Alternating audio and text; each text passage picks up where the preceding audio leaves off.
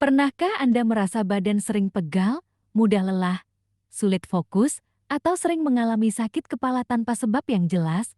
Banyak orang menganggap kondisi tersebut sebagai hal yang normal karena aktivitas sehari-hari, padahal tubuh bisa saja sedang memberikan sinyal bahwa ada sesuatu yang perlu diperhatikan. Salah satu metode perawatan kesehatan yang telah digunakan sejak ribuan tahun lalu dan masih banyak diminati hingga sekarang adalah bekam. Lalu, sebenarnya apa itu bekam? Bagaimana cara kerjanya? Dan mengapa bekam masih dipercaya hingga saat ini?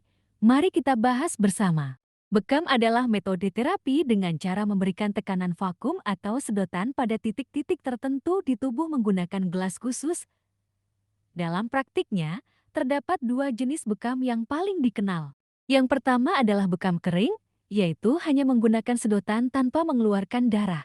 Yang kedua adalah bekam basah, yaitu bekam yang diawali dengan sayatan tipis pada permukaan kulit sehingga darah yang dianggap mengandung sisa metabolisme dan zat yang tidak dibutuhkan tubuh dapat keluar. Bekam bukanlah pengobatan baru. Terapi ini telah digunakan sejak zaman Mesir kuno, Tiongkok, hingga dunia Islam. Bahkan dalam ajaran Islam, bekam termasuk salah satu pengobatan yang dianjurkan dan pernah dilakukan oleh Nabi Muhammad. Namun perlu dipahami, bekam bukanlah pengganti pengobatan medis modern, melainkan dapat menjadi terapi pendamping yang dilakukan secara tepat dan profesional. Lalu apa manfaat bekam? Banyak orang melakukan bekam karena merasakan tubuh menjadi lebih ringan, lebih segar, dan lebih nyaman setelah terapi. Secara umum, bekam sering digunakan untuk membantu mengurangi keluhan seperti pegal-pegal, nyeri otot, sakit kepala, stres, kelelahan, dan membantu relaksasi tubuh.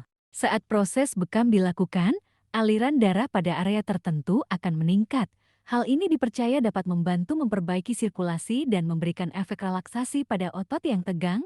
Tidak heran jika banyak pekerja kantoran, atlet, hingga orang lanjut usia menjadikan bekam sebagai bagian dari perawatan kesehatan rutin mereka. Namun ada satu hal yang penting, bekam bukan berarti semakin sering semakin baik.